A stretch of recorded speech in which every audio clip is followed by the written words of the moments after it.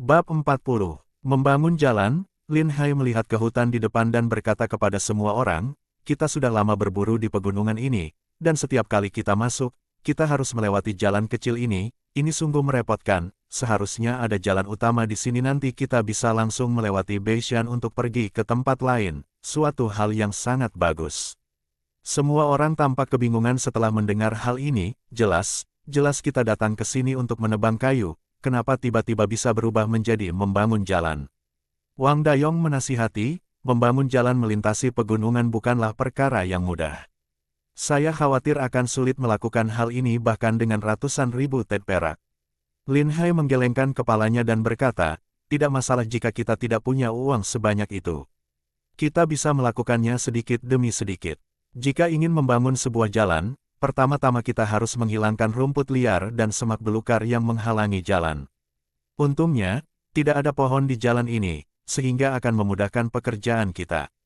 Para pemburu membelalakan mata mereka dan memandang Lin Hai dengan kebingungan, di depan kita jelas sangat banyak pepohonan, kenapa bisa tidak ada satu pohon pun?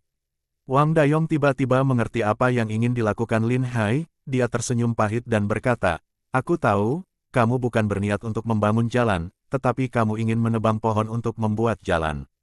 Lihat apa yang kamu katakan. Tidak ada pohon di depan sini.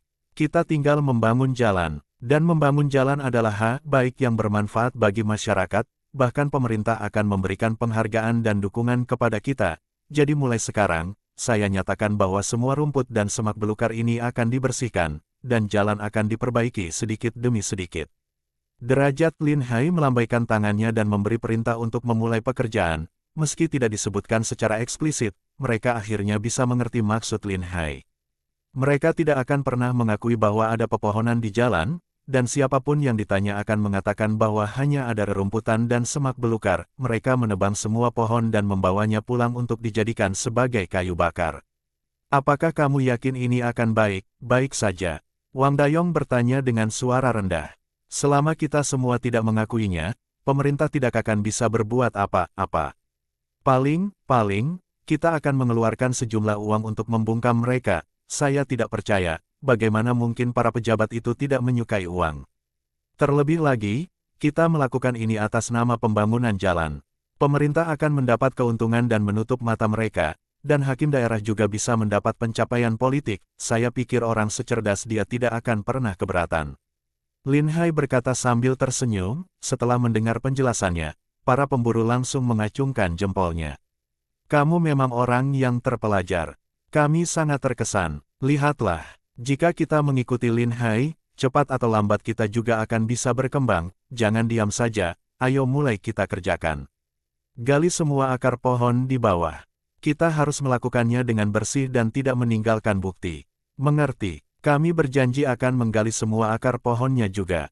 Lebih dari 50 orang bekerja bersama dan bekerja dengan sangat cepat, ada yang menggunakan gergaji. Ada juga yang menggunakan kapak, cukup setengah hari saja. Mereka mengisi gerobaknya dengan kayu bakar, mereka menarik gerobak itu kembali ke desa dan melanjutkan menebang pohon lagi. Lin Hai menyerahkan semuanya kepada Wang Dayong. Dia membawa kereta keledai dan menuju ke rumah mertuanya. Ketika mereka melihat Lin Hai dan Qiaoer pulang, mereka segera menghentikan pekerjaannya dan menyambut mereka dengan hangat. Sikap mereka sudah berbeda dari sebelumnya. Mengapa kalian datang ke sini saat ini? Aku punya hal yang penting untuk didiskusikan denganmu. Lin Hai menyerahkan sebuah bungkusan. Zhou yang mengulurkan tangan untuk mengambilnya, tetapi dia tidak mengira bungkusan ini akan begitu berat dan dia hampir menjatuhkannya ke tanah. Apa isi bungkusan ini? Kenapa berat sekali? Bawa ke dalam rumah dan lihatlah.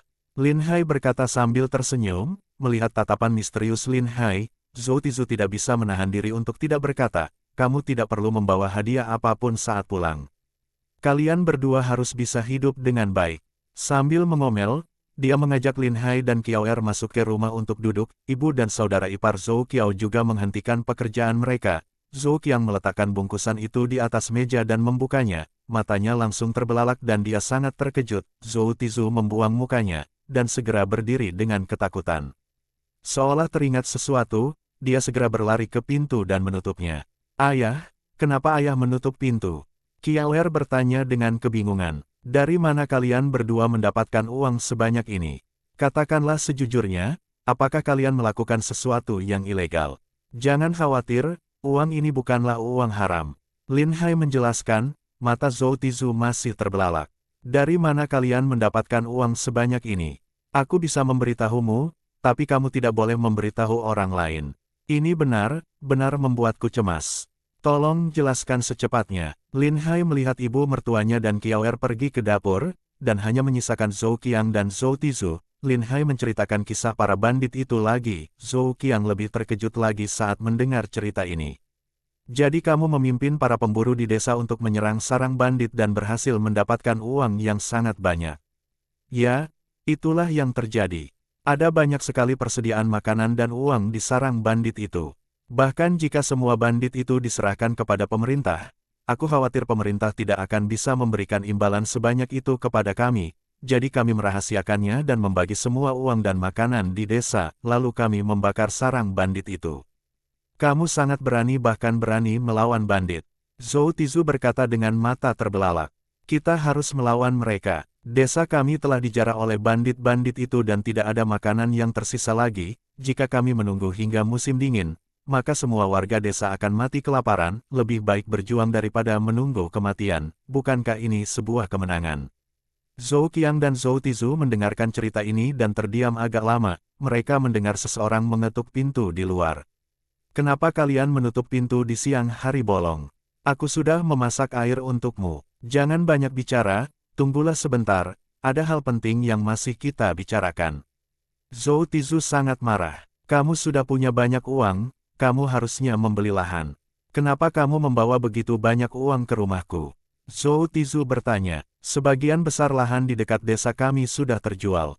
Saya berencana membeli lahan di daerah sini, jadi kamu bisa mencari beberapa penyewa untuk mengolah lahan itu untuk keluarga kita. Uang yang diperoleh dari hasil itu akan dibagi rata. Lin Hai menyatakan maksudnya, mata Zhou Qiang terlihat berbinar. Dengan uang sebanyak ini setidaknya bisa membeli lahan seluas 100 hektar, dia akan menjadi tuan tanah di masa depan dan dapat menjalani kehidupan yang nyaman tanpa perlu melakukan pekerjaan apapun. Kita bagi rata, itu akan sangat merugikanmu. Zhou Tizu tidak menyetujuinya, rasanya seperti kue yang jatuh dari langit, tapi dia masih merasa tidak nyaman untuk menerimanya. Terima saja, uang ini bersih dan tidak akan diketahui orang lain. Kamu telah banyak membantu kami di masa lalu. Sekarang kehidupan kami sudah lebih baik, dan kami ingin semua orang bisa menjalani kehidupan yang baik. Lin Hai masih terus berusaha membujuk Zhou Tizu. Ayah, menurutku apa yang dikatakan Lin Hai sangat masuk akal. Kita semua adalah keluarga, mengapa kita harus merasa sungkan? Zhou Qiang berkata dengan cepat. Bab 41, Membeli Lahan. Kamu, sepanjang hari kamu hanya berpikir cara untuk menjadi kaya tanpa bekerja. Kamu tidak bisa terus-menerus seperti ini di usiamu yang begitu muda. Zhou Tizu memarahinya dengan keras. Ayah mertua, bukankah tujuan bekerja adalah untuk mendapatkan kehidupan yang baik? Sekarang kamu sudah memiliki kesempatan untuk menjalani kehidupan yang baik, mengapa kamu masih menolak? Terlebih lagi, meskipun kamu menjadi seorang tuan tanah, kamu tidak harus berhenti bekerja sebagai tukang kayu, buatlah sesuatu setiap hari dan anggap itu sebagai olahraga. Lin Hai membujuk sambil tertawa, Zhou Qiang juga membujuk, Lin Hai benar. Ayah masih bisa terus melakukan pekerjaan pertukangan saat ayah punya waktu luang. Oke, taruh saja uangnya di sini. Aku akan pergi dan mencari informasi dalam beberapa hari ke depan untuk membeli lahan yang bagus untuk bertani. Zhou Tizu akhirnya menyetujui hal ini. Baiklah, kakak, cepat simpan peraknya. Ayo diskusikan hal ini sambil minum teh. Lin Hai berkata dengan cepat, biarkan Kiaoer masuk. Ibu dan Kiaoer masuk dan memandang orang di ruangan ini dengan kebingungan. Hal apa sih yang begitu rahasia sehingga kita tidak boleh mendengarnya? Bukannya aku tidak ingin kamu mengetahuinya, aku akan memberitahumu nanti. Kata Zhou Tizu, 000 setelah makan di rumah Kiaoer, mereka berdua pulang dengan mengendarai gerobak keledainya, adapun perihal membeli lahan sudah dibahas. Setelah kembali ke desa, Kiaoer bergegas ke kamar tempat dia tinggal. Setelah memeriksa uang yang disembunyikan di bawah tempat tidur, dia pun menghela nafas lega. Lin Hai tersenyum dan berkata, jangan khawatir, tidak ada yang akan mencuri uang di rumah ini. Desa kita dijaga dengan baik, tidak ada pencuri yang bisa masuk. Mungkin saja ada orang jahat yang bersembunyi di desa. Kita tetap harus waspada, bantah Kiao. Benar juga, jangan kemam, mana lagi dan jaga baik uang kita. Setelah rumah kita selesai dibangun, kita bisa memindahkan uang ini. Lin Hai berkata dengan serius, dan Kiaoer menganggapnya serius. Dia mengangguk dengan serius, jangan khawatir, saya akan menjaga uang kita dengan baik. Lin Hai menahan senyumnya dan pergi keluar untuk memeriksa keadaan, dia merasa istrinya sangat lucu. Sejak punya banyak uang, sepanjang hari dia khawatir uang itu akan dicuri oleh orang. Ketika Lin Hai tiba di tempat pembakaran batu bata, dia tidak menyangka proses pengerjaan akan berjalan secepat ini. Tempat pembakaran batu bata sudah dibangun dengan sangat baik dan sudah mulai terbentuk. Wang Dayong melihat Lin Hai, dia berjalan mendekat dan berkata dengan gembira, para pekerja berkata bahwa besok kita sudah bisa mulai mencetak batu bata. Hari ini, mereka akan mulai menggali fondasi rumah kamu. Para pekerja ini akan membangun rumah kamu terlebih dahulu. Jika ada hal lain yang perlu disampaikan, pergilah ke sana dan beri instruksi kepada mereka. Baiklah, ayo kita ke sana. Mereka berdua datang ke lokasi pembangunan rumah Lin Hai. Terlihat para pekerja sedang menggali fondasi dengan sekop. Dengan uang yang banyak di tangan, Lin Hai berencana membangun halaman dengan 2 pintu masuk dan 2 pintu keluar, dan juga kandang ternak yang rencananya akan berukuran 3 kali lipat lebih besar dari kandang sebelumnya. Untuk memperluas pekarangannya, Lin Hai membeli tanah di sekitarnya. Lin Hai sekarang memiliki prestise yang tinggi di desa, dan semua orang mendapat manfaat darinya. Pembelian tanah berjalan sangat lancar, tanpa hambatan apapun. Lin Hai langsung membayar sejumlah uang tersebut dan membeli tanah di sebelahnya. Saya rasa jumlah pekerja ini tidak cukup, bisakah kita merekrut lebih banyak orang lagi? Sekalipun orang-orang itu tidak tahu cara membangun tembok, setidaknya mereka dapat membantu pekerjaan serabutan seperti mengangkut batu bata, maka kerja para pekerja ini akan lebih efisien, kata Lin Hai. Sekarang bukan musim bertani yang sibuk, jadi kami bisa mempekerjakan beberapa buruh. Tapi kami tetap harus memberitahu para pekerja itu terlebih dahulu, dengan adanya buruh yang melakukan pekerjaan serabutan, mereka akan mendapat lebih bayaran yang lebih sedikit, kata Wang Dayong. Tidak masalah. Jika kalian bisa mendapatkan lebih banyak orang, aku bisa memberi mereka sejumlah uang tambahan. Ini hari yang panas, kalian harus bekerja lebih cepat. Rumah ini harus selesai dibangun sebelum musim gugur. Kata Lin Hai. Oke, aku akan memberitahu pemimpin mereka tentang hal ini. Wang Dayong setuju. Lin Hai melihat bahwa kamar tidur utama sesuai dengan gambar yang direncanakan. Lin Hai memanggil seorang pekerja dan memerintahkan, gali 9 kaki dari sini dan galilah sebuah ruang bawah tanah untukku. Ruangan itu harus kedap air dan kapur untuk mencegah kelembapan. Para pekerja yang bekerja di sini udah sering membangun rumah untuk keluarga kaya dan sudah terbiasa dengan hal semacam ini. Dia pun setuju. Jangan khawatir Tuan. Kami pasti akan melakukan semua pekerjaan ini dengan baik untuk Anda. Oke, terima kasih banyak. Lin Hai berencana membangun ruang bawah tanah untuk menyimpan semua emas dan peraknya. Beberapa hari berikutnya, semuanya berjalan dengan sangat lancar. Tempat pembakaran tersebut sudah mulai memproduksi batu bata, dan mereka merekrut pekerja dari beberapa desa sekitar untuk bekerja bersama. Rumah itu dibangun dengan sangat cepat. Hanya butuh 7 atau 8 hari untuk menyelesaikan pembangunannya, atapnya akan segera dibangun, dan pohon ditebang dari gunung utara untuk dijadikan balok. Rumah lain juga sudah mulai dibangun. Lin Hai pergi ke Beishan untuk berburu setiap 2 hari sekali. Meski hasil buritannya banyak, tapi jumlah pemburu terlalu banyak, hasil buruan yang didapat setiap orang tidak banyak, hanya cukup untuk menghidupi keluarga mereka. Hal ini pun menimbulkan keluhan dari para pemburu.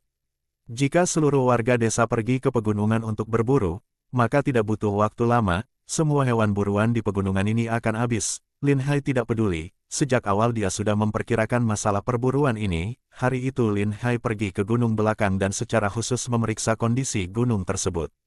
Benar saja, mata air pegunungan ditemukan di gunung lain yang lebih tinggi di belakang gunung tersebut. Menurut ingatan masa kecil Lin Hai, ia sering pergi ke gunung untuk bermain ketika ia berusia 5 atau 6 tahun. Dia memetik buah-buahan liar di pegunungan dan minum air dari mata air pegunungan saat kehausan. Aliran mata air pegunungan di sini sangat deras, namun dipisahkan oleh gunung, sehingga akan susah untuk mengangkut air tersebut. Namun tempat keluarnya mata air ini sedikit lebih tinggi dari gunung di seberang. Dengan menggunakan prinsip sipon untuk membangun pipa, mata air di sini bisa dialirkan ke sisi lain gunung. Namun, tidak ada yang mengetahui metode ini di zaman kuno, dan Lin Hai mengambil kesempatan ini untuk membeli semua gunung di bawah. Dia berniat menggunakan mata air ini untuk mengairi pegunungan itu. Hari ini dia secara khusus meminta seseorang untuk mengukurnya, dan ternyata luasnya lebih dari 200 hektar. Jika dibuat terasa sering, akan bisa dimanfaatkan untuk bercocok tanam. Setelah mengamati ladang tersebut dengan baik,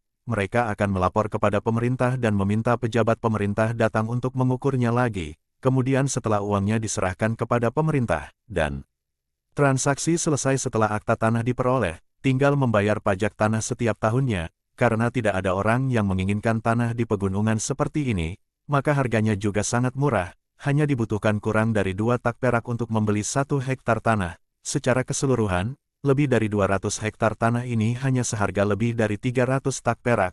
Namun jika Lin Hai bisa menghasilkan panen yang bagus, dia mungkin bisa mendapatkan kembali investasinya dalam 1 atau 2 tahun ke depan. Wang Dayong juga sering datang untuk membantunya. Akhir-akhir ini, dia sudah tahu bahwa Lin Hai bertekad untuk membeli sebidang tanah pegunungan ini, dan dia juga merasa sangat kebingungan.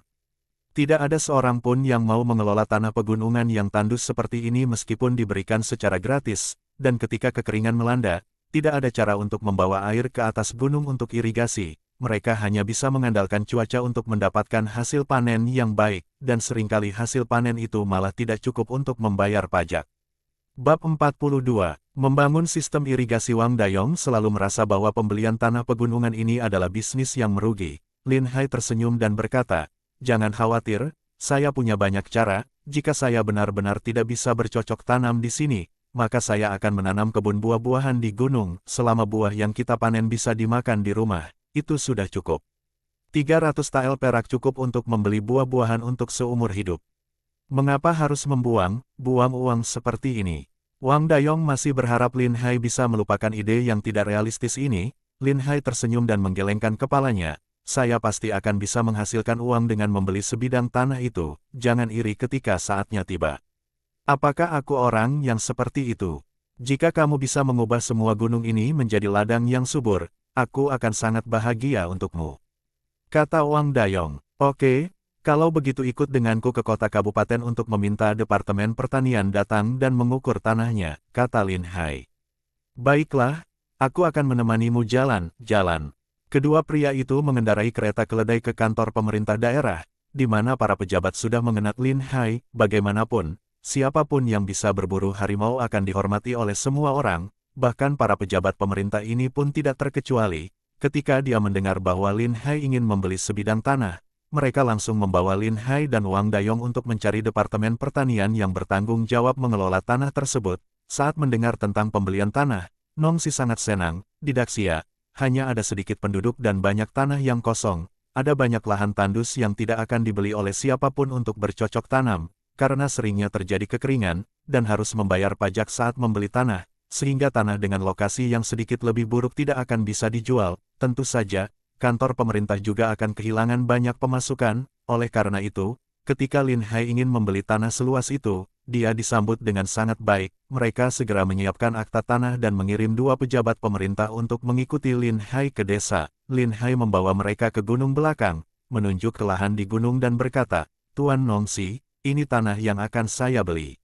Departemen Pertanian pada awalnya sangat senang, karena tanah yang tandus sekalipun akan berharga setidaknya 3 atau 4 tael perak per hektar, namun ladang di gunung tidaklah berharga, apalagi di gunung yang terbengkalai. Paling-paling, harganya hanya 1 atau 2 tael perak per hektar. Seketika wajahnya berubah muram. "Sudahkah kamu memikirkannya dengan baik? Jika kamu membeli ladang seperti ini, kamu mungkin akan mengalami kerugian, dan kamu harus tetap membayar pajak setiap tahun. Jika Anda tidak membayar pajak, maka ladang ini akan diambil kembali oleh pemerintah." Nongxi berusaha membujuk Lin Hai. Lin Hai tersenyum dan berkata, "Tuanku, tolong jangan bujuk saya lagi. Saya telah memutuskan untuk membeli lahan ini dan saya tidak akan menyesalinya." Melihat bahwa dia tidak bisa membujuknya lebih jauh, Nongxi tidak punya pilihan selain setuju. "Oke, kita akan mulai mengukur lahan ini." 2 pejabat pemerintah mengeluarkan tali untuk mengukur lahan ini. Mereka mulai menarik tali itu untuk mengukur. Metode ini sangat cepat. Hanya butuh setengah hari saja untuk mengukur seluruh lahan itu, dan juga sudah ditandai secara khusus di peta. Total tanahnya 235 hektar, jadi aku hitung 230 hektar untuk kamu. Harga tanah di pegunungan ini adalah 1 tael 5 sen perak per hektar, totalnya 345 tael perak, kata Nongsi. Terima kasih Pak, Lin Hai berkata dengan ekspresi bahagia di wajahnya. Dia tidak menyangka pejabat daerah bisa begitu baik dan memberi dia diskon 5 hektar tanah lagi. Wang Dayong memperhatikan dari samping dan menggelengkan kepalanya. Jangankan memberikan tanah seluas 5 hektar, bahkan jika dia diberi tanah seluas 50 hektar di sini, dia tidak akan menerimanya. Setelah pengukuran dan pembayaran, akta hak milik diproses di tempat. Lahan ini sudah milikmu sekarang, manfaatkanlah dengan baik. Nongsi sangat tidak yakin dan dia pulang ke kota kabupaten bersama 2 pejabat pemerintah lainnya. Dayong, tolong gunakan kereta keledai untuk mengantar ketiga orang itu pulang. Kata Lin Hai, serahkan ini padaku. Sekarang kamu harus memikirkan bagaimana cara bercocok tanam di ladang seperti ini. Wang Dayong menggelengkan kepalanya tanpa daya dan mengemudikan kereta keledai untuk mengantar orang itu pulang. Lin Hai sangat senang dan dia berlari ke mata air di belakang gunung sendirian. Dia membeli tempat ini dan mata air ini menjadi miliknya. Di mata orang lain, untuk membawa mata air ke sisi lain gunung, seseorang perlu mendaki bukit. Jika dia mengandalkan mata air di sini untuk bertani, dia khawatir akan mati kehabisan tenaga duluan. Satu orang tidak akan mampu mengairi lahan seluas 2 hektar, jika dia mempekerjakan ratusan orang untuk membantu mengambil air untuk bertani. Dia khawatir pendapatannya tidak akan cukup untuk menutupi gaji mereka. Lin Hai memeriksa kekuatan air dari mata air tersebut, yang cukup besar. Seharusnya tidak ada masalah menggunakan mata air ini untuk mengairi lahan seluas lebih dari 200 hektar itu. Dari 200 hektar lahan yang dibeli, akan ada sebagian lahan yang tidak akan bisa digunakan. Karena untuk memudahkan pengalihan air, Departemen Pertanian juga mengangkat masalah ini. Mereka benar-benar tidak mengerti mengapa Lin Hai ingin membeli sebidang tanah di tempat seperti itu. Tentu saja Lin Hai tidak mau memberitahu maksud dan tujuannya. Jika mereka tahu Lin Hai bisa mengalihkan air ke sana, maka harga tanah itu akan naik. Akan dibutuhkan lebih banyak uang untuk membeli lahan di pegunungan ini. Keesokan harinya, Lin Hai mencari seseorang untuk membantunya memotong bambu. Untuk mengalihkan air dibutuhkan bambu sepanjang lebih dari 500 meter, kalaupun air sudah dialihkan ke sana, masih harus dibangun sebuah kolam dan menggunakan bambu untuk mengalihkan airnya ke bawah. Dengan begitu, ladang itu akan terairi sepanjang waktu. Cara pengairan seperti ini akan sangat praktis, yang perlu dilakukan hanyalah menggali beberapa parit lagi.